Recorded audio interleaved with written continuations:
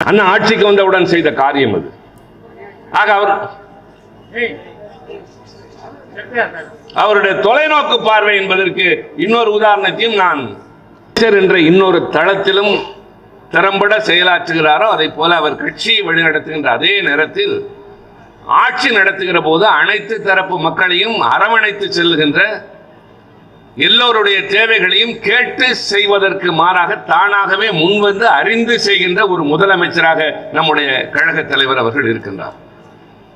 அறிஞர் அண்ணா அவர்கள் பொது வாழ்க்கைக்கு வர விரும்புகிறவர்களுக்கு சொன்ன அடிப்படை அறிவுரையே மக்களிடம் சென்று அவர்களோடு வாழ வேண்டும், அவர்களுடைய வாழ்க்கை முறையை தெரிந்து கொள்ள வேண்டும், அவர்களிடம் கற்றுக்கொள்ள வேண்டும், பின்னர் அவர்களுக்கு சேவை செய்ய வேண்டும். இதுதான் அண்ணா சொன்னது. அந்த அடிப்படையில் அவர் சற்றேறக்குறைய 60 ஆண்டுகளை தொடப்போகிறது. அவருடைய பொது வாழ்க்கை பயணம் என்பது 60 ஆண்டுகளை தொடப்போகின்றது. 14 வயதில் அவர் அரசியலில் ஈடுபட ஆரம்பித்தார். நான் கல்லூரியிலே படிக்கிற போது அரசியலில் ஈடுபாடு கொள்ள ஆரம்பித்தேன். அவசர நிலை காலத்தில் அந்த நேரத்தில் வேட்டையாடப்பட்டவர்களில் மிக முக்கியமானவராக இன்றைய முதலமைச்சர், அன்றைக்கு இளைஞராக இருந்த, கட்சியிலே பெரிய பொறுப்பு எதுவும் இல்லை, தனிப்பட்ட முறையில் நம்முடைய மாவட்டத்தில், சென்னை மாவட்டத்திலே ஒரு செயற்குழு உறுப்பினராக இருந்த நேரம். அந்த நேரத்தில் அவர் கைது செய்யப்பட்டு சிறையில் அடைக்கப்பட்டதோடு மட்டுமல்லாமல் அடிக்கப்பட்டார், கடுமையாக துன்புறுத்தப்பட்டார். அதே நேரத்தில் திருச்சியிலே படித்துக் கொண்டிருந்த நானும் சிறைச்சாலைக்கு சென்றேன். அப்பொழுதெல்லாம் எங்களுக்கு வயது மிக குறைவு. எனக்கு அப்போது வயது 21.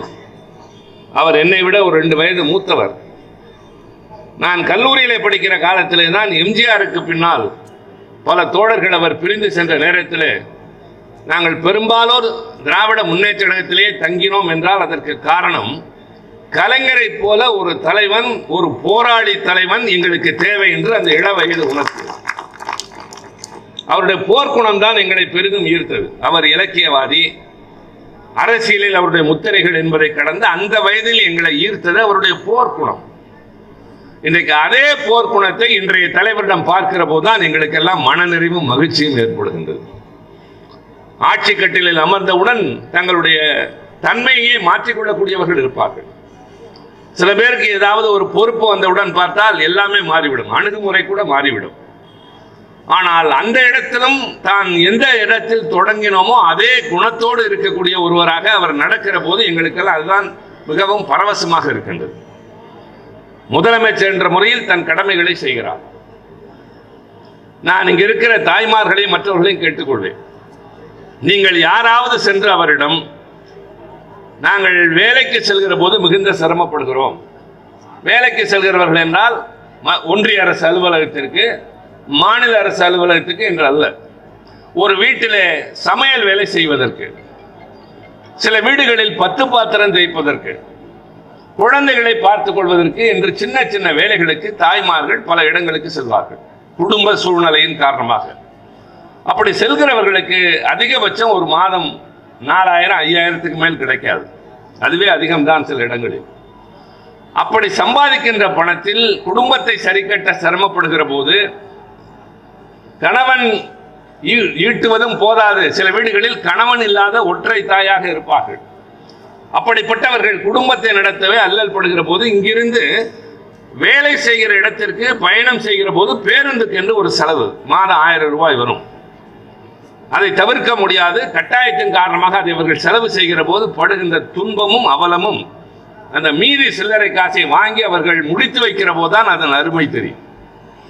அப்படிப்பட்ட எல்லா பெண்களுடைய நிலைமையை அறிந்து அவர்களுக்கு இலவசமாக பேருந்து பயணம் என்று நான் சொல்லவே மாட்டேன். இந்த நாட்டிலே வாழ்கின்ற பெண்கள் பயண நிமித்தமாக நகர பேருந்துகளில் பயணம் செய்கிற போது அவர்களுடைய கட்டண செலவினை ஒரு அண்ணனாக இருந்து முதலமைச்சர் என்ற பொறுப்பில் நான் ஏற்றுக்கொள்கிறேன் என்ற அந்த பாச உணர்வு,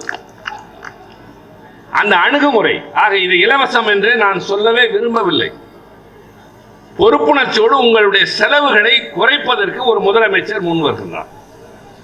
அதே போல வீட்டில் இருக்கிற தாய்மார்களுக்கு மேலும் கொஞ்சம் ஊக்கமாக உதவியாக இருக்கட்டும் என்று உரிமை தொகை தர ஆரம்பித்தார். கல்லூரி படிக்க போகிற பிள்ளைகளுக்கு அரசு பள்ளியிலே படித்திருந்தால் அவர்களுக்கு மாதம் 1000 ரூபாய். இதெல்லாம் நினைத்தே பார்க்க முடியாது. கலைஞர் திருமண உதவி திட்டம் கொண்டு வந்த போது அந்த திருமண உதவி திட்டத்திற்கு அடிப்படை தேவை என்பது 8வது வரை படித்திருக்க வேண்டும் என்றார். காரணம், பெண்கள் கல்வி கற்றால் அந்த சமுதாயம் மேம்படுகிறது என்று பொருள். வீட்டுக்குள்ளேயே பெண்ணை முடக்கி வைத்த சமுதாயங்களும் உண்டு. ஆனால் பெண்ணுக்கு சுதந்திரம் கொடுத்து, கல்வி கொடுத்து, உரிமை கொடுத்து அவர்கள் ஆற்றலை வெளிக்கொண்டு வந்த நாடுகள் உயர்ந்திருக்கின்றன. ஆக அடிப்படையில் கல்விதான் ஒருவரை சமநிலைக்கு கொண்டு வரும். கல்வி பெறாதவரை நம்முடைய நிலைமை என்ன?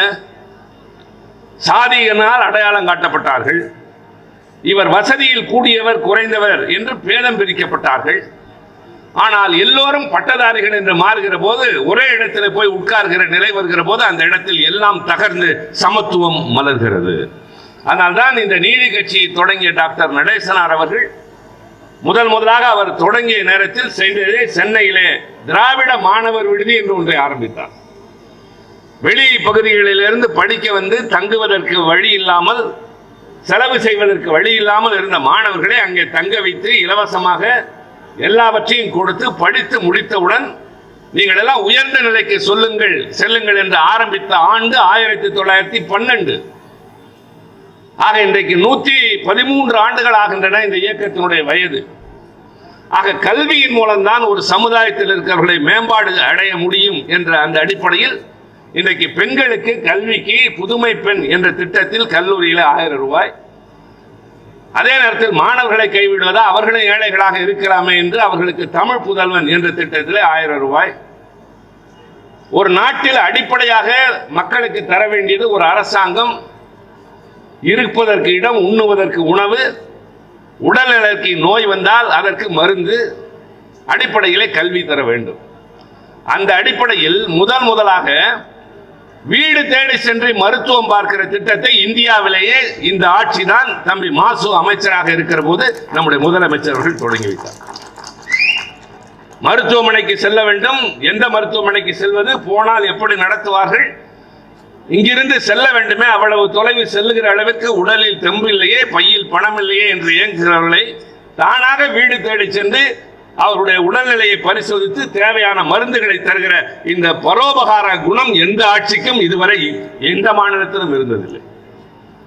ஆக மக்களை தேடி மருத்துவம், இல்லம் தேடி கல்வி என்று சொல்கிற போது நான் இந்த அவசரத்திலேயே அல்லது இந்த பேச்சினுடைய ஒன்றை சொல்ல வேண்டும். இன்றைக்கு எங்களை எதிர்த்து பேசுகிற, விமர்சித்து பேசுகிற ஒன்றிய அரசை ஆளுகின்ற பாரதிய ஜனதா கட்சியின் தலைவர் பெரிய பெரிய வார்த்தைகளை பேசுவார். முதலமைச்சரை விமர்சிக்கிற போது கூட அவர் உணர்ச்சி வசப்பட்டு எதிரே இருக்கிற தங்களை சார்ந்த சிலர் கரவொலி எழுப்புகிறார்களே என்று சில வார்த்தைகளை பயன்படுத்துவது கேட்கிற எங்களுக்கு நாரசமாக இருக்கிறது. ஆனால் பொறுத்து கொண்டிருக்கிறோம் என்றால் அதற்கு பொருள், பொது வாழ்க்கைக்கு வந்தவர்கள் தனி மனித மான அவமானத்தை ஒதுக்கி வைத்து விட வேண்டும் என்று பெரியார் சொன்ன காரணத்தினால் பொறுத்து கொண்டிருக்கிறோம். இல்லாவிட்டால் ஒரு முதலமைச்சரை பார்த்து வாய் கொழுப்பு என்று ஒருவர் பேசுகிறார். நாங்கள் பதிலுக்கு பதில் அப்படி பேசலாமா? பேசக்கூடாது. பேச தெரியாது என்பதல்ல, பேசக்கூடாது. காரணம், நிற்பது பொது மேடை, மக்களுக்கு முன்னால் என்கிற போது எங்களுடைய கடமை இன்னொருவரை இழித்து அல்லது அவர்களை விமர்சித்து கடுமையாக வார்த்தைகளால் அர்ச்சிப்பதல்ல, எங்களுடைய பெருமைகளை சொல்லித்தான் நாங்கள் மக்கள் ஆதரவை திரட்ட வேண்டும். சொல்வதற்கு பெருமை இல்லாதவர்கள் தான் அடுத்தவர்களை பற்றி பேசிக் கொண்டிருப்பார்கள். எங்களிடம் கட்சி இருக்கிறது, கொள்கை இருக்கிறது, தலைவர் இருக்கிறார், தொண்டர்கள் இருக்கிறார்கள், சாதனைகள் இருக்கின்றன, கடந்த காலத்திலே நாங்கள் செய்தவை நிறைய இருக்கின்றன. அந்த அடிப்படையில் சொல்கிறோம், இந்திய அரசாங்கம், ஒன்றிய அரசாங்கம் கல்விக்காக செலவழிப்பது என்பது மொத்த செலவில் வெறும் 2.5 விழுக்காடு தான். நிறைய விவரம் தெரிந்தவர்கள் இருக்கிறீர்கள். வெறும் 2.5 விழுக்காடு, 2.5%. இதுதான் நம்முடைய நிதிநிலை அறிக்கையிலே மொத்தமான பணத்திலே கல்விக்காக அவர்கள் செலவிடுது. ஆனால் தமிழ்நாடு அரசு எவ்வளவு செலவழிக்கிறது என்றால் சற்றேறக்குறைய 10.25% தங்களுடைய மொத்த செலவில் கல்விக்காக செலவழிக்கிறது. அதே போல மருத்துவத்திற்கு வெறும் 1.25% தான் மொத்த நிதிநிலையிலே ஒன்றிய அரசு செலவழிக்கிறது. தமிழ்நாட்டில் தம்பி இருந்து சாதிக்கிற இந்த துறையில் சற்றேறக்குறைய 4.25 விழுக்காட்டை தாண்டி நாங்கள் செலவழிக்கிறோம். எங்கு பார்த்தாலும் மருத்துவத்தை படிப்பதற்கு ஊக்கம் தருவது மட்டுமல்ல, மருத்துவ மக்களை சென்று தேடி தர வேண்டும் என்ற பொறுப்புணர்ச்சியோடு ஆட்சி நடத்துகிறோம். எங்களை விமர்சிக்கிறார்கள், கேட்டுக்கொள்கிறோம். காய்த்த மரத்திற்கு தானே கல்லடி என்பது போல. ஒன்றுமில்லாத முட்டை மரத்தை பார்த்து யாராவது கல்லை வீசுவார்களா? காய்த்து கணித்து தொங்குகின்ற மரத்திலே தான் கல்லால் அடிப்பார்கள், கனி கிடைக்கும் என்று. ஆக எங்களை அவர்கள் விமர்சிக்கிற போது நாங்கள் கேட்டுக்கொண்டு பதில் சொல்கிறோம்.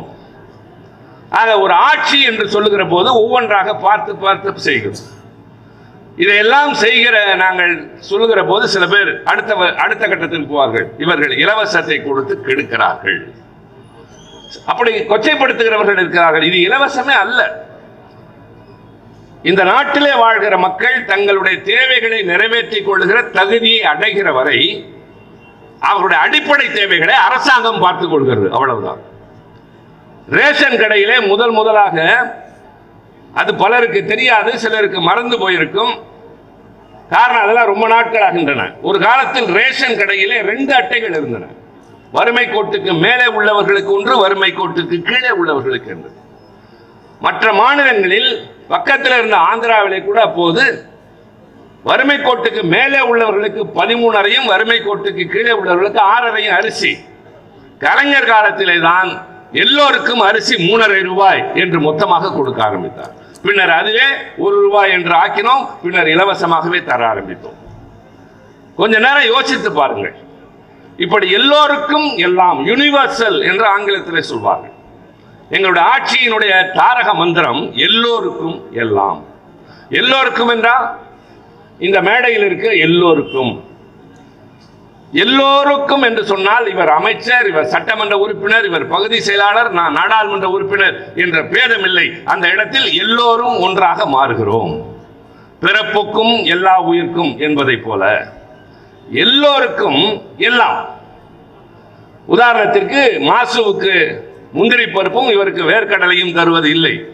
அவருக்கு வேர்க்கடலை என்றால் இவருக்கு வேர்க்கடலை, இவருக்கு முந்திரி பருப்பு என்றால் அவருக்கும் அதுதான். ஆக எல்லோருக்கும் எல்லாம் என்கிற போது சமத்துவமும் சமதர்மமும் உலாவுகிறது அல்லவா? அதுதான் இந்த ஆட்சியின் நோக்கம். பேதமில்லை, பிரிவினை இல்லை, உயர்வு இல்லை, தாழ்வு இல்லை. வாக்களித்தவர்கள், வாக்களிக்காதவர்கள், ஏழை பணக்காரர்கள் என்று எவரும் இல்லை. எல்லோருக்கும் எல்லாவற்றையும் தருகின்ற ஒரு ஆட்சியாக இது திகழ்கிற காரணத்தினால்தான் இன்றைக்கு இந்தியாவின் மற்ற மாநிலங்கள் சொல்லுகின்றன, தமிழ்நாட்டை போல இங்கு கிடைத்திருப்பதை போல ஒரு முதலமைச்சர் எங்களுக்கு வேண்டும். We want a chief minister like Stalin என்ற குரல் டெல்லியில் எங்கள் செவிகளில் அடிக்கடி விழும். எந்த மாநிலத்திற்கு போனாலும் அவரை பற்றி பேசுகிறார்கள். நான் கியூபா நாட்டினுடைய தூதரை சந்திக்க செல்கிறேன். டெல்லியில் இருக்கிற தூதர் ஒரு நாள் அழைக்கிறார். அவர்களோடு நான் அவரை சந்திக்கிற போது ஒவ்வொன்றாக பேசுகிற நேரத்தில் நான் சொன்னேன், there is a similarity between you and us. என்ன என்று கேட்கிறார். உங்களுடைய ஆதர்ச தலைவன் ஸ்டாலின், எங்களுடைய கட்சியின் தலைவன் பெயர் ஸ்டாலின் என்று. உடனே அவர் கட்டி பிடித்துக் கொண்டு தனியாக ஒரு படம் எடுத்துக்கொண்டார். அந்த பெயரை கேட்ட உடனே அவருக்கு ஒரு பரவசம். காரணம், அது பெரும் பெயரளவிற்கான பெயர் அல்ல, சமதர்மத்தை போதித்த ஒரு மாபெரும் தலைவன். மார்க்ஸ் லெனின் வரிசையில் எப்படி ஜோசப் ஸ்டாலினோ அதை போல இவருடைய ஆட்சியில் இதெல்லாம் நடைபெறுகிறது. ஆக கட்சியின் தலைவராக சிறப்பாக செயல்படுகிறார். ஆட்சியின் தலைவராக பொறுப்புணர்ச்சியுடன், இதுபோல் யார் நேற்றைக்கு பிறந்த நாள் காலையிலிருந்து மாலை 3 மணி வரை நின்று மக்களை சந்தித்திருக்கிறார். அதற்கு பின்னால் மாலையில் வீட்டுக்கு வந்தவர்களை சந்திக்கிறார். இப்போது எங்க இருக்கிறார் தெரியுமா? நாகப்பட்டினத்தில் இருக்கிறார். கற்பனை கூட செய்து பார்க்க முடியாது. பக்கத்தில் இருந்தவர்கள் எல்லாம் களைத்து போனார்கள். ஆனால் நேற்று முழுவதும் பார்வையாளர்களை சந்தித்து விட்டு இன்றைக்கு நாகப்பட்டினம் போய் நாளைக்கு அங்க இருக்கிற மாவட்ட செயலாளர் வீட்டு திருமணத்தையும் அரசு நிகழ்ச்சிகளும் கலந்து கொள்கிறார் என்றால் இப்படித்தான் ஒரு முதலமைச்சரை தேடுகிறோம் என்று மக்கள் சொல்ல வேண்டும். நான் இன்னொன்றை இந்த நேரத்தில் குறிப்பிட விரும்புகின்றேன். கலைஞரை போல ஒரு தொலைநோக்கு பார்வை, தீர்க்கதரிசி கொண்டவர்கள் யாரும் கிடையாது. குறைவு என்று நான் சொல்ல மாட்டேன், யாரும் கிடையாது என்று தான் சொல்ல வேண்டும். அண்ணா வழியில் வந்த தலைவர் அவர். அண்ணாவுக்கும் தொலைநோக்கு பார்வை மிக அதிகமாக உண்டு. நான் நேற்றைக்கு ஒரு செய்தி படித்தேன். வங்காளத்தில் இருக்கிற ஒரு மிகப்பெரிய சிந்தனையாளர் ஒரு கட்டுரை எழுதியிருக்கிறார். அதில் தன்னை பற்றி எழுதுகிறார். நான் வெளிநாட்டுக்கு போகிற போது நான் இந்தியன் என்று அடையாளப்படுத்தி கொண்டாலும், நான் எந்த நாடு இந்த நாட்டை ஆண்டாலும் நான் ஒரு வங்காளியாகத்தான் இருப்பேன். வங்காளம் என்பது என் தேசிய இனம். இந்த இன உணர்வு எனக்கு வந்ததற்கு காரணம் தமிழ்நாட்டில் வாழ்ந்த தி கிரேட் லீடர் CN அண்ணாதுரை என்று சொல்கிறார். எந்த காலத்தில் 69 மறைந்த ஒரு தலைவன் இன்றைக்கு 56 ஆண்டுகள் ஆகிவிட்டன. வங்காளத்தில் வாழ்கிற ஒருவர் எனக்கு இருக்கிற உணர்வுக்கு காரணம் அறிஞர் அண்ணா என்று சொல்கிறார். இந்தியா என்பது பல தேசிய இனங்களால் உருவாக்கப்பட்ட ஒரு நாடு. தேசிய இனம் என்றால் என்ன? தமிழர்கள் ஒரு தேசிய இனம், பஞ்சாபிகள் ஒரு தேசிய இனம், வங்காளிகள் ஒரு தேசிய இனம், காஷ்மீரிகள் ஒரு தேசிய இனம். இப்படிப்பட்டவர்களெல்லாம் ஒன்று சேர்ந்த ஒரு துணை கண்டம் இது. தமிழ்நாடு என்ற பெயர் மாற்றம் செய்யுங்கள் என்று அறிஞர் அண்ணா நாடாளுமன்றத்திலே ஒரு தீர்மானத்தை முன்வைத்து பேசுகிற போது நாட்டுக்குள்ளேயே நாடா என்று கேட்டார்கள். அது என்ன தமிழ்நாடு? தமிழகம் என்று வையுங்கள், தமிழ் மாநிலம் என்று வையுங்கள். முடியாது, தமிழ்நாடு என்றுதான் வேண்டும் என்று சொன்னபோது நாட்டுக்குள்ளே நாடு என்பது நீங்கள் பிரிவினையை இன்னும் கேட்கிறீர்கள் என்று பொருள். திராவிட நாடு கோரிக்கையை கைவிட்டு விட்டோம். ஒரு காலத்தில் அது எங்கள் முழக்கம். பின்னர் நாட்டுக்கு பகை வந்தபோது அந்த பகையிலிருந்து நாட்டை காப்பாற்ற பிரிவினை கோரிக்கையை கைவிட்டோம். அதெல்லாம் வேறு கதை. ஆனால் நீங்கள் இப்போதும் நாட்டுக்குள் நாடு கேட்கிறீர்களே என்ற போது அண்ணா என்ன சொன்னார் தெரியுமா? திருத்திக் கொள்ளுங்கள், இந்தியாவே ஒரு நாடு அல்ல என்றார். சொன்னது வேளச்சேரியில் அல்ல, நாடாளுமன்றத்தில் சொன்னார். திகைத்து போய் பார்த்த நேரத்தில் சொன்னார், இந்தியா என்பது பல தேசிய இனங்களால், பல மொழிகள் கொண்டவர்களால், பல பண்பாடுகள் கொண்டவர்களால் உருவான ஒரு துணை கண்டம். ஒரு நாடு என்று சொன்னால் ஒரு மொழி, ஒரு இனம், ஒரு பண்பாடு, ஒரு கலாச்சாரம் கொண்டதாக இருக்க வேண்டும். ஆனால் இந்தியாவில் பலதரப்பட்டவர்கள் இருக்கிற போது இது ஒரு துணை கண்டம். கண்டம் என்பது பல நாடுகளை உள்ளடக்கியது. இது ஒரு துணை கண்டம் என்ற அண்ணாவின் அறிவு புலமை அங்கே வெளிப்பட்ட போதுதான் யாராலும் எதிர்க்க முடியவில்லை. அந்த அருமையான பெயர் தமிழ்நாடு என்று இந்த மண்ணுக்கு சூட்டப்பட்டது. அண்ணா ஆட்சிக்கு வந்தவுடன் செய்த காரியம் அது. ஆக அவருடைய தொலைநோக்கு பார்வை என்பதற்கு இன்னொரு உதாரணத்தையும் நான் சொல்ல வேண்டும். அது நான் 2வது கட்டத்திற்கு வருகிறேன். மாநில சுயாட்சி தீர்மானம் இப்போது நம்முடைய முதல்வர் முழங்குகிறார். நேற்றைக்கு கூட உறுதிமொழி எடுத்திருக்கிறார், மாநில உரிமைகளை விட்டு தர மாட்டோம். இப்போது கூட தம்பி பிடித்திருப்பார். அந்த உறுதிமொழியை மீண்டும் மீண்டும் மக்களிடம் சொல்ல சொல்லி மனதிலே பதிய வைக்கிறோம். மாநில உரிமைகளை விட்டு தர மாட்டோம். மாநில சுயாட்சி என்பது எங்கள் உயிர் கொள்கை. அண்ணா கடைசியாக மறைவதற்கு முன்னால் ஒரு கடிதம் எழுதினார், தம்பிக்கு என்று அவர் எழுதுவது வழக்கம். அந்த தம்பிக்கு மடல் மூலமாக அறிவு பெற்றவர்கள் ஆயிரக்கணக்கானோர் இந்த நாட்டில். அந்த பத்திரிகை, அந்த கடிதம் தாங்கிய பத்திரிகை எப்போது வரும் என்று இளைஞர்கள் ரயிலடியிலே காத்திருந்த காலம் ஒன்று உண்டு.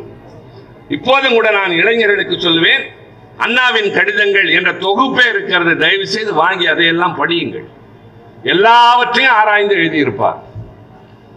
ஒரு காலத்தில் அமெரிக்க நாட்டை ஒரு கருப்பர் ஆளப் போகிறார் என்பதை அண்ணா அன்றைக்கே எழுதியிருக்கிறார். 1966 எழுதியிருக்கிறார். அப்போதெல்லாம் சாத்தியமே இல்லை. கருப்பர்கள் என்பவர்கள் ஒரு இனமாக கூட கருதப்படவில்லை, ஏன் மனிதனாக கூட கருதப்படவில்லை. அப்படிப்பட்ட அண்ணா கடைசியாக ஒரு கடிதம் எழுதுகிறார். அது கடைசி கடிதமாக மாறிவிட்டது. உடல்நலம் குன்றி இருக்கிற போது என்ன எழுதுகிறார்? தம்பி, உனக்கும் எனக்கும் ஒரு உறவு உண்டு.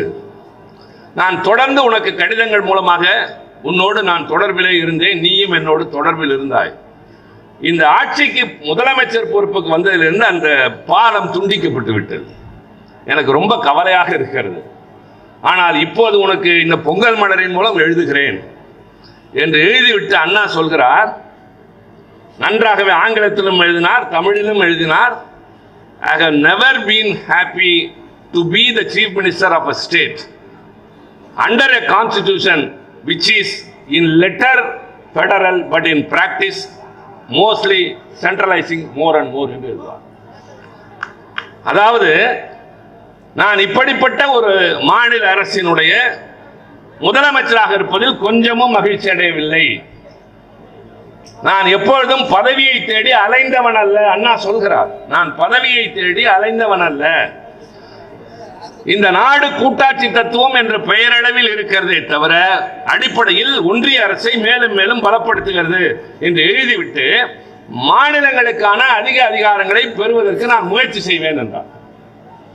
அவரை தொடர்ந்து கலைஞர் முதலமைச்சராகிறார். அண்ணா மறைவுக்கு பின் அவர் கொடுத்த முதல் பேட்டியே டெல்லியில் பத்திரிகையாளர்களை சந்திக்கிற போது, நான் அடுத்து செய்ய போகிற காரியம் மத்திய மாநில அரசின் உறவுகளை ஆராய ஒரு கமிட்டி நியமித்து அதன் அடிப்படையில் நான் எதிர்காலத்தில் உரிமைகளை கோரப்போகிறேன். The first voice in the whole of India கலைஞருடையது. மாநிலங்களுக்கும் மத்தியிலும் இருக்கிற ஆட்சிக்கான அதிகாரங்களை நான் ஆய்வு செய்து அறிக்கை கொண்டு அதன் மூலம் ஒரு முன்னெடுப்பு செய்ய போகிறேன் என்று கலைஞர் சொன்ன ஆண்டு 1969.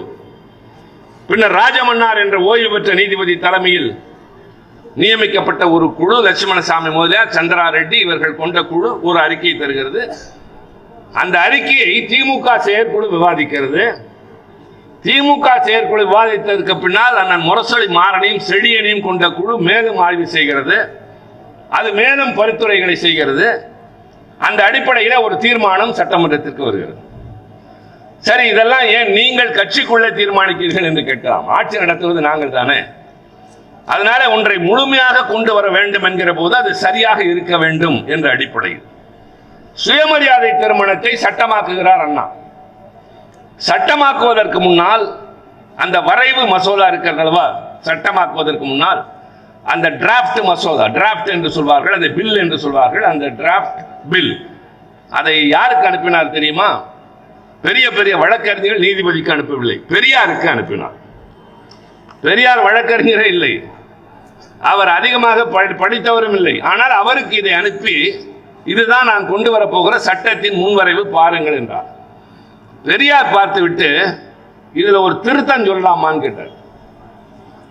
சொல்லுங்க. போனவர் அண்ணா சார்பா சென்றவர், அவருடைய தளபதி இன்றைய கட்சியின் தலைவராக இருக்கிற வீரமணி ஐயா. பெரியார் என்ன சொல்றாருன்னா, திருமணம் என்பது அது நாள் வரை அக்கினி வளர்க்க வேண்டும், மந்திரம் ஓத வேண்டும், சுற்றி வர வேண்டும், மாலை மாற்ற வேண்டும், மங்களதானம் அணிவிக்க வேண்டும் என்றெல்லாம் இருந்ததல்லவா. அந்த சட்டம் முன்வரைவு என்ன சொல்கிறது என்றால், வழக்கறிஞரணி நீங்கள் நடத்துகிறீர்கள், அந்த முன்வரைவு சொல்கிறது இந்த சம்பிரதாயங்கள் எல்லாம் இனி தேவையில்லை. இந்து மேரேஜஸ் ஆக்டில் ஒரு திருத்தம் வருகிறது. இனிமேல் மாலை அணிவித்தாலோ மங்களதானம் அணிவித்தாலோ போதும், garlanding and tying of தாலி will amount to be a marriage. இது தருகிறது. பெரியார் என்ன செய்தார் தெரியுமா? அந்த அண்ட் என்பதை அடித்துவிட்டு ஆர் என்று போட்டார். மாலை அணிவித்தாலோ அல்லது தாலி கட்டினாலோ அது திருமணமாகும். ரெண்டையும் செய்ய வேண்டும் என்பதை ஏதாவது ஒன்று செய்தாலே போதும். அந்த ஒரு எழுத்து, ஒரு வார்த்தை மாறுகிற போது பொருள் மாறுகிறது. இந்த சம்பிரதாயங்களை தவிர்த்து மாலை அணிவித்து தாலி கட்ட வேண்டும். அவர் சொல்கிறார், இந்த ரெண்டில் ஏதாவது ஒன்று செய்தால் கூட அது திருமணம் என்று. அதை வாங்கி வந்தவுடன் அண்ணா சொன்னார், இதற்குத்தான் நான் பெரியாரிடம் அனுப்பினேன். காரணம் இதனுடைய கர்த்தாவே அவர்தான் என்று சொன்னதை போல கலைஞர் தலைமையில் அமைந்த இந்த குழு ஆய்வு செய்து தந்த அறிக்கையின் அடிப்படையில் ஒரு தீர்மானம் சட்டமன்றத்தில் நிறைவேறுகிறது. அது இன்றும் ஆங்கிலத்தை அடிக்கடி நான் சொல்வதற்கு வருந்துகிறேன். நான் பொதுவாக அப்படி மேடைகளில் பேசுவதை, it is a document which is referred by every state across India. இன்னமும் ராஜமன்னார் குழுவினுடைய அறிக்கை என்பது எல்லா மாநில அரசுகளால் பரிசீலிக்கப்படுகிறது, ஏன் ஒன்றிய அரசால் கூட பரிசீலிக்கப்படுகிறது. அந்த தீர்மானத்தை நிறைவேற்றி பேசுகிற போது கலைஞர் சொல்கிறார், என் வாழ்நாளின் மிக முக்கியமான நாளாக இன்றைக்கு கருதுகிறேன், என் அரசியல் வாழ்வின் வெற்றியின் மிக முக்கியமான ஒரு கட்டமாக இதை கருதுகிறேன் என்று அந்த தீர்மானத்தின் மீது உரை நிகழ்த்துகிற போது ஒருவர் குறுக்கிடுகிறார். குறுக்கிட்டவர் என்ன கேட்டார் தெரியுமா? நீங்கள் மாநிலங்களுக்கு அதிக அதிகாரங்கள் வேண்டும் என்று கேட்பது சரி, ஒரு காலத்தில் ஒருவேளை மதவாதத்தை முன்னிறுத்துகிற ஜனசங்கம் போன்ற ஒரு கட்சி ஒரு மாநிலத்தின் முதலமைச்சராக வர நேர்ந்தால், ஆட்சிக்கு வர நேர்ந்தால் என்ன விளைவுகள் தெரியுமா என்று கேட்டார். கேட்டவர் பெயர் ஜேம்ஸ். கலைஞர் என்ன சொன்னார் தெரியுமா? நீங்கள் ஒரு மாநில அரசை பற்றி பேசுகிறீர்கள், ஒருவேளை இந்த நாட்டையே அப்படி ஒரு கட்சி ஆள வறுமையானால் என்ன நடக்கும் என்பதை யோசித்து பாருங்கள் என்றார். சொன்ன ஆண்டு 74. அந்த ஜனசங்கம் தான் இன்றைய பாரதிய ஜனதா. அவர் ஒரு மாநில அரசுக்கு ஏற்கும் என்று பயந்தார். கலைஞர் சொன்னார், ஒருவேளை ஜனநாயகத்தில் இந்த நாட்டை ஆளுகிற நிலை வரும் என்றார். இன்றைக்கு அதே போல மதவாதம் பேசுகிற அல்லது பல்வேறு அடக்குமுறைகளை கொள்ளுகின்ற ஒரு கட்சி ஆட்சிக்கு வந்துவிட்டது. இதைத்தான் நான் தொலைநோக்கு பார்வை என்று சொன்னேன். அப்படி தொலைநோக்கு பார்வையோடு அவர் செய்த அந்த காரியத்தை போல ஒவ்வொரு கட்டத்திலும் என்ன செய்தார் என்பதற்கு இங்கே அருள்மொழி பேசினார். நான் அதை இப்போது சொல்லியாக வேண்டும். மிக முக்கியமாக 2-3 நிறைய பிரச்சனைகள் இருக்கின்றன. இந்த மும்மொழி திட்டம் இருக்கிறது, இந்த சட்டசபையில் இடம் குறைப்பதெல்லாம் இருக்கிறது. எல்லாவற்றையும் ஒரே நாளில் பேச முடியாது. சிலவற்றை நாங்கள் சொல்லுவோம். அவர் எடுத்து வைத்ததை நான் கொஞ்சம் தொடர்ந்து சொல்கிறேன். வாட்ஸ்அப் பார்க்கிற, இந்த இன்ஸ்டாகிராமில் இருக்கிற, இது மாதிரி சமூக வலைதளங்களில் இருக்கிற ஒரு சிலருக்கு தேர்ந்தெடுக்கக்கூடும். என் தம்பிக்கு நிறையவே தெரியும். அவர் எவ்வளவு வேலை இருந்தாலும் உடனடியாக என்னை போன்றவர்கள் அல்லது யார் அழைத்தாலும் உடனே தொலைபேசி எடுத்து பேசுகிற ஒரு அமைச்சர் தம்பி மாசு. அது மாதிரி சில பேர் இருக்கிறார்கள். சில அமைச்சர்கள் உடனே எந்த நேரத்தில் அழைத்தாலும் பேசலாம். அது நமக்கு அமைச்சராக இருந்தாலும் பரவாயில்லை, நான் அழைக்கிறேன், நான் நாடாளுமன்ற உறுப்பினர், அவரை விட மூத்த அண்ணன், இவர் இளைஞர் இருக்கும் போது நான் மாநில துணை, அதெல்லாம் அல்ல. யார் அழைத்தாலும் எங்கள் கட்சி அமைச்சரோடு பேசலாம் என்கின்ற அளவிற்கு அவர்களுக்கு அந்த பழக்கம் உண்டு. அதுபோல மற்ற தோழர்களுக்கும் இருக்கும். நீங்கள் அடிக்கடி படித்திருப்பீர்கள். ஒரு காலத்தில் அறிஞர் அண்ணா வெளிநாட்டுக்கு போகிறார். போன நாடு ரோம் நாடு. ரோம் நாட்டில் யாரை சந்திக்கிறார் என்றால் வாட்டிகன் சிட்டியிலே உள்ள கிறிஸ்துவர்களின் மத தலைவராகிய போப்பாண்டவரை சந்திக்கிறார். அவர் ஏன் போய் போப்பாண்டவரை சந்திக்க வேண்டும்? அவர் கிறிஸ்துவர் அல்ல. ஆனால் அண்ணா சந்திக்கிற போது அவர் கேட்கிறார், நான் உங்களை பற்றி கேள்விப்பட்டிருக்கிறேன், என்ன நிமித்தமாக என்னை பார்க்க வந்தீர்கள்? மகாமகத்திற்கு கும்பமேளாவுக்கு நேரு சென்றார், ஆனால் குளிக்கவில்லை என்று அண்ணா எழுதுவார். அது ஒரு கதை, அது வேறு கதை. அது மாதிரி இவர் அவரை பார்க்க போனது அவர் கேட்கிறார், என்னை நீங்கள் எதற்காக பார்க்க வந்தீர்கள்? காரணம், இவருடைய கொள்கைகள் அவருக்கு தெரியும். அப்போது அண்ணா சொன்னார், நான் வந்தது வேறு ஒரு நிமித்தமாக. என்னுடைய நாடு ஒரு காலத்தில் பல நாட்டவரால் ஆதிக்கம் செலுத்தப்பட்டிருந்தது. ஒரு பகுதி பிரிட்டிஷாரால், ஒரு பகுதி பிரெஞ்சுக்காரர்களால், ஒரு பகுதி டச்சுக்காரர்களால், ஒரு பகுதி போர்ச்சுகீசியர்களால். அப்படி போர்ச்சுகீசியர்களால் ஆளப்பட்ட கோவா என்ற ஒரு பகுதியில் அரசாங்கத்தை எதிர்த்து போராடிய ஒரு இளைஞனை அந்த அரசாங்கம் கைது செய்து தங்கள் நாட்டு சிறையிலே வைத்து விட்டது. நாடு விடுதலையாகிவிட்டது. 2 நாடுகளும் நேச நாடுகளாகிவிட்டன. ஆனால் அவன் இன்னும் விடுதலையாகவில்லை. வேறு யாரும் இதை செய்ய முடியாது. நீங்கள் தான் உங்கள் செல்வாக்கை பயன்படுத்தி அந்த ரானடே என்ற இளைஞனை விடுதலை செய்ய வேண்டும் என்று அண்ணா கோரிக்கை வைக்கிறார். அவர் மகிழ்ந்து போய் சொல்கிறார், அங்கிருந்து தனக்காக எதையும் கேட்காமல் தன் கட்சிக்கு கேட்கவில்லை, ஆனால் ஏதோ ஒரு மாநிலத்திலே ஒருவன் சிறைப்பட்டிருக்கிறான் என்று விடுதலை தேடி வந்த உங்களை நான் பாராட்டுகிறேன் என்று சொல்லி போப்பாண்டவர் அனுப்பிவிட்டு தன் செல்வாக்கை பயன்படுத்துகிறார். ரானடே விடுதலை ஆகிறான். வந்தவன் அண்ணாவுக்கு நன்றி சொல்ல வருகிறான். வந்து பார்க்க முடிந்த இடம் கடற்கரையில் அண்ணா துயிலுகின்ற இடத்தில். வருகிற போது அண்ணா உயிரோடு இல்லை.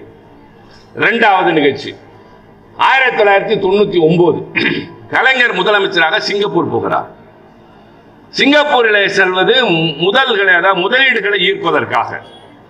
அப்படி செல்கிறவர் பல அமைப்புகளோடு பேசுகிறவர் பிரதமரை சந்திக்கிறார். பிரதமரை சந்திக்கிற போது என்ன சொன்னார் தெரியுமா? நான் வந்த வேலை ஒன்று, ஆனால் உங்களிடம் ஒரு கோரிக்கை. என்ன கோரிக்கை? எங்கள் நாட்டில் இருந்து இளைஞர்கள் பல பேர் அங்கு வாழ்ந்து பெறுவதை விட இங்கே அதிகம் சம்பாதிக்கலாம் என்று நம்பி வீட்டில் இருக்கிற பெரியவர்களுடைய நகைகளை எல்லாம் விற்றுவிட்டு நலபுலன்களை எல்லாம் அடகு வைத்து விட்டு சில ஏஜென்ட்டுகள் மூலம் இங்கே வருகிறார்கள். ஆனால் அதில் சில பேர் ஏமாற்றக்காரர்களாக மாறிய காரணத்தினால் சொன்ன வேலையும் கிடைப்பதில்லை, கிடைத்த வேலையிலும் ஒழுங்காக சம்பளம் இல்லை. நாதியற்று சிங்கப்பூர் வீதிகளிலே பல இளைஞர்கள் என் மாநிலத்தை சார்ந்தவர்கள் அழைகிறார்கள். எனவே தயவு செய்து அவர்களை எல்லாம் வாழ வைப்பதற்கு நீங்கள் ஒரு நல்ல திட்டத்தை வகுத்து காப்பாற்றுங்கள் என்ற கோரிக்கையினை கலைஞர் வைத்துவிட்டு வருகிறார். அண்ணா கேட்டது ரானடே விடுதலை. கலைஞர் கேட்டது அங்கே வஞ்சிக்கப்பட்டு வீதியில் அழைகின்ற தமிழ் இளைஞர்களுக்கு வாழ்வு கேட்டு. அருள்மொழி சொல்லிவிட்டு போனது உக்ரைனிலே மாணவர்கள் பாதிக்கப்பட்ட போது நம்முடைய முதலமைச்சர் நான் விமானங்களை அனுப்புவா என்று கேட்டார் என்று சொன்னார் அல்லவா?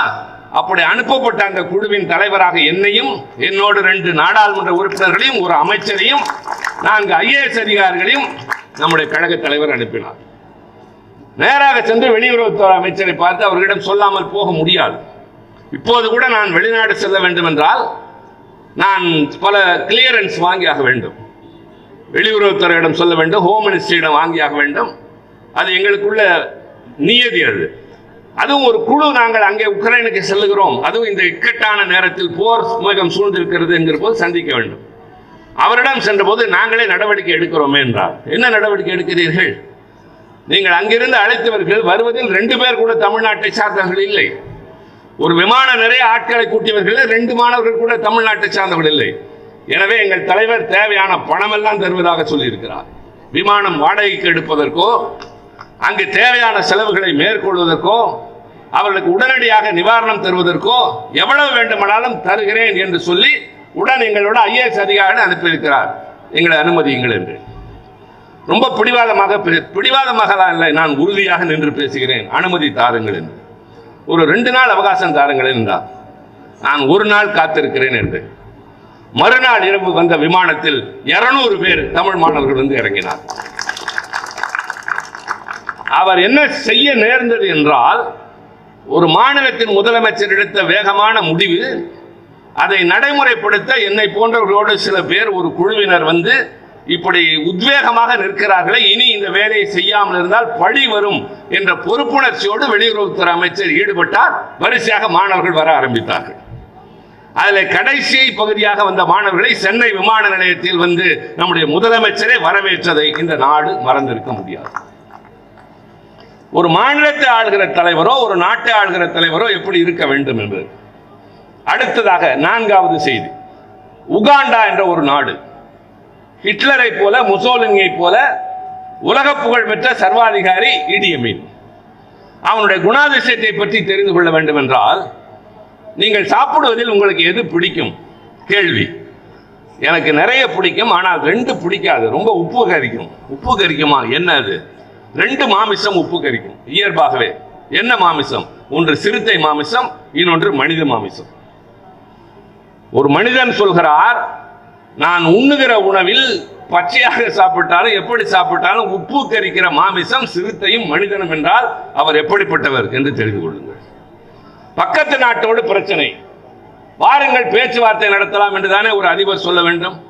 இவர் சொல்கிறார் அவரிடம், நான் ஒரு கையை கட்டி கொண்டு மேடையில் நிற்கிறேன், நீ 2 கையோட வா, சண்டை போட்டு பார்ப்போம், ஜெயிப்பவர்கள் பக்கம் தீர்ப்பு வரட்டும். இப்படி ஒரு அறிவாளி உகாண்டாவை ஆண்ட காலம் ஒன்று உண்டு. அவர் என்ன செய்தார் என்றால், இந்த வெளிநாட்டிலே குறிப்பாக ஆசியாவை சார்ந்தவர்கள் எல்லாம் வந்து தன் நாட்டு பொருளாதாரத்தை சுரண்டுகிறார்கள் என்று எல்லோரையும் வெளியே அனுப்புகிறார். அப்படி வெளியே அனுப்பப்பட்டவர்களில் பெரும்பாலும் வியாபாரத்திற்காக உலகம் முழுவதும் இந்தியா முழுவதும் பறந்து செல்கிற மார்வாடிகள், குஜராத்திகள். அப்படி அனுப்பப்பட்ட குஜராத்திகளுடைய கடைகளில் துணிகள் இருக்கின்றன, சட்டைகள் எல்லாம் இருக்கின்றன. அந்த கடைக்குள்ளே நுழைந்த உகாண்டா நாட்டை சார்ந்தவனுக்கு சட்டையின் விலை தெரியவில்லை. அதில் அளவு இருக்கும் அல்லவா, அதை தான் விலை என்று நிர்ணயிக்கலாம். அதனால நிறைய பொருளாதார சரிவு ஏற்படுகிறது. அப்போது வெளியேற்றப்பட்டவர்கள் தத்தளிக்கிறார்கள். தத்தளிக்கிற போது இந்தியாவின் பிரதமராக அப்போது இருந்த மொரார்ஜி தேசாய் சொல்கிறார், மிஸ்டர் இடி அமீன் ஜஸ்ட் வெயிட் என்று சொல்லிவிட்டு இந்தியாவிலிருந்து விமானங்கள் வரிசையாக பறக்கின்றன. அங்கிருந்த குஜராத்திகள் அத்தனை பேரும் பத்திரமாக இந்தியாவுக்கு அழைத்து விடப்படுகிறார். இது 4வது காட்சி. ஒரு நாட்டை சார்ந்தவருக்கு, ஏன் குஜராத்தி என்ற இனத்தின் உணர்வோடு கூட செய்திருக்கலாம், நான் அதை தவறு என்று சொல்லவில்லை. ஒரு சர்வாதிகாரி ஆளுகிற நாட்டில் வெளியேற்றப்பட்டவர்களை கண்ணியமாக அழைத்து வர வேண்டும் என்று நடவடிக்கை எடுத்த மொரார்ஜி தேசாய். இப்போது நான் 4 பேரை சொல்லியிருக்கிறேன்: அண்ணா, கலைஞர், தளபதி ஸ்டாலின், மொரார்ஜி தேசாய். இங்கே அருள்மொழி சொன்னதை போல் இந்தியர்கள் அதிக காலம் தங்கியவர்கள், சட்டவிரோதமாக தங்கியவர்கள் என்று சில பேர் கருதப்படுகிறார்கள். ட்ரம்ப் வந்து நிறைய சட்டங்களை போட்டிருக்கிறார். இங்கிருந்து சென்று அங்கே திருமணமாகி இங்கிருந்து அங்கு சென்று வேலை பார்க்கிறவர்களுக்கு அங்கே குழந்தை பிறந்தால் அந்த குழந்தை அமெரிக்க நாட்டு குடிமகனாக மாறும். இனிமேல் அது கிடையாது. அங்கே பிறக்கிற காரணத்தினால் ஒருவருக்கு குடியுரிமை என்பது ரத்து செய்யப்படுகிறது.